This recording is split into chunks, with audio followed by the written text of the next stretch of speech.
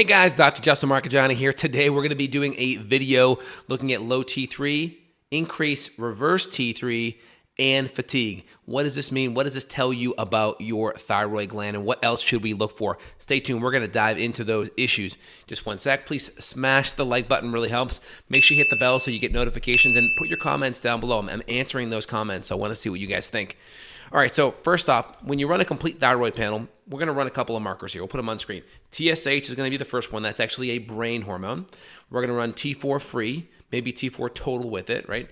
Free is 2 to 5% of your hormone is free fraction. So your free gets you the bioavailable bits of it. Then you have your T3 free, same thing. We can do the total as well. So T4 is less active than T3. T3 is about 300% or so more active than T4. So TSH, T4, T3, and then we have antibodies that may be interacting or creating inflammation or impacting the gland's function and ability to synthesize thyroid hormone, and also impacting hormone binding.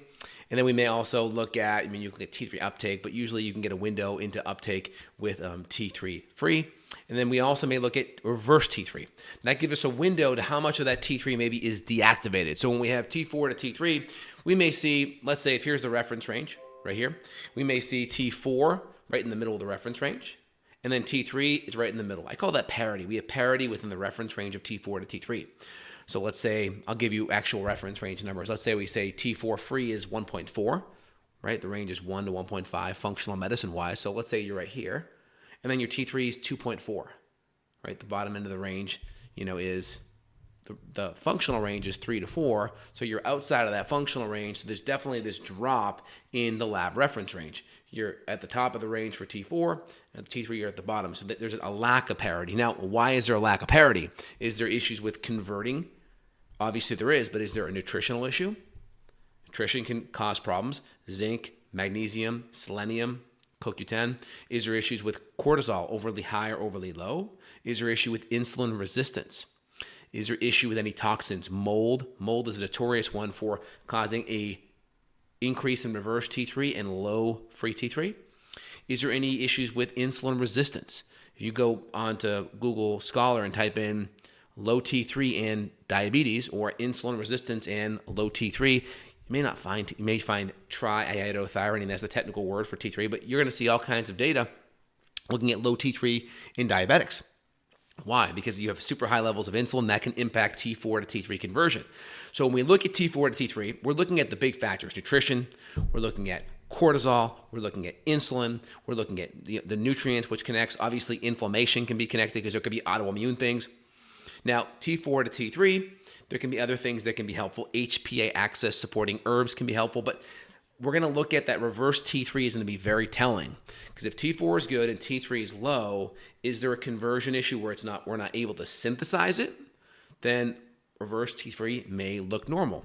Let's say 12, 13, 14, right? The range for reverse T3 functional is like 10 to 20 on a conventional lab test at Quest or LabCorp in the US.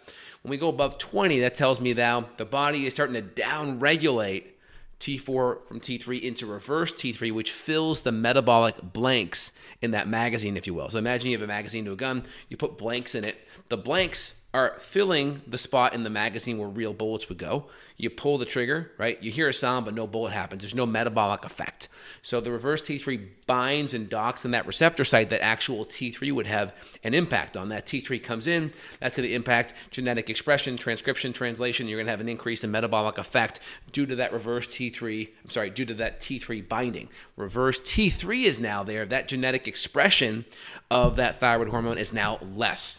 And so you have this drop in metabolism. So when we look at reverse T3, it tells us a lot about what's happening metabolically. Now you got to go upstream. So we're running a full thyroid test: TSH, T4, T3. And if we have that T4 to T3 conversion issue, T4 is good, 1.4. T3 free is, let's say, low in the mid to upper 2s, right? We can then go, okay, where's reverse T3 at? If there's high levels of reverse T3, let's say above 20, now we're thinking, is there adrenal issues? There could still be other issues regarding insulin. There could still be other issues regarding the nutrients. There could still be other problems regarding blood sugar and maybe inflammation. So if we see that reverse T3, this is where I really would like to look at cortisol and adrenal function. And so the adrenals play a big role. So that's why I always like to look at, when we have a thyroid patient, kind of pattern, so to speak, that T4 to T3 imbalance, I always want to look at that cortisol rhythm side by side. Do we have very low cortisol rhythm throughout the day? Do we have this imbalance where it's, if here's the day, right, it should be higher in the morning and lower at night like this?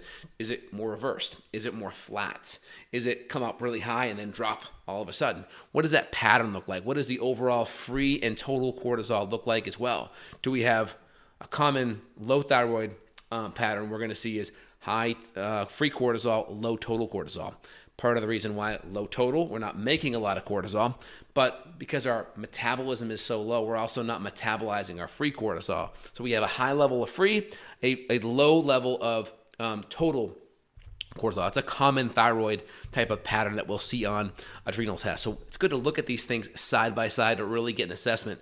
Also, if you're a female, low iron could also be a driving factor because those enzymes that help bind T4 together, there's a lot of iron that's involved in that enzymatic expression and that binding effect. So really important there. Also, iodine can play a role. I mean, iodine, you need a couple hundred micrograms. Obviously, you could do a little bit more, but if there's autoimmunity in the background, too much iodine can drive more inflammation. But if your diet's super deficient, a lot of processed food, you don't get iodine, there also could be that. So as long as we're getting a couple hundred micrograms, we're eating some real whole foods that actually have iodine in it, eggs, meat, some fish, you're usually pretty good. I mean, you can always do an iodine loading test and see, but I usually get more concerned about iodine being too high and not enough selenium, and then antibodies coming up and then overly attacking and inflaming that thyroid. When that thyroid gland's inflamed, we're not going to be able to synthesize as much hormone. Also, we'll have uncontrolled amounts of hormone coming out because the thyroid's getting jabbed and stabbed and it's being released and the levels go up, and then you can feel palpitations and feel hyper, even though you're actually going more hypo over time. And then also we talked about the antibody. Oh, also it affects how the thyroid hormone binds and docks receptor sites. If it's chronically inflamed, the hormones are not going to be able to communicate well because inflammation is kind of a big cellular disruptor. So really important to keep that in mind as well. All right, guys, hope you enjoyed today's video. Again, when it comes to thyroid issues, fatigue, mood, constipation, hair loss, eyebrow thinning, cold hands, cold feet, you may have good levels of TSH. You may have good levels of T4. Remember, T4 feeds back the TSH. So your TSH could be in that mid to low ones, maybe even low twos, because your T4 looks good. It looks pretty, so it feeds back to the pituitary and says, look, we're okay. So that TSH stays stable, but that T4 to T3 could drop, or that T3 could drop, and the reverse T3 docks to the receptor sites, fills up that gap, and decreases your thyroid hormone's genetic expression. So you could have that as well. And these are the people that will come back. Maybe they go to their endo, TSH is fine, they get a thumbs up. Maybe their endo even runs T4, that's fine too. And these are the patients that will fall in between the crack. So this is where we want to look at your T3 free and total, maybe. Look at reverse T3, and definitely look at antibodies, because that inflammation could be having a really big impact on the hormone synthesis and on the hormone's ability to dock and bind at the receptor site level. But you got to look at other factors. Got to look at insulin, got to look at nutrients, got to look at gut plays a big role because that's where you absorb. That's where 80% of the immune system is located. Got to look at cortisol and the adrenal. So in my patients, we're looking at the gut. That's 80% of the home of the immune system.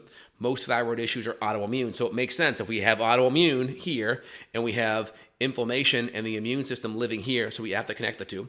We're going to look at that cortisol pattern and really understand where that reverse T3 pattern, if it's there. If we have a low T4 to T3, do we have elevated reverse T3? We're going to look at that and really get a gleam a good understanding of what the root cause is. So if you want to dive in deeper, I see functional medicine patients all throughout the world. You want to dive in deeper, my staff will be able to help you out. There'll be a link down below where you can click, and we'll be happy to help you. All right, guys, have an awesome day. Take care. Bye, y'all.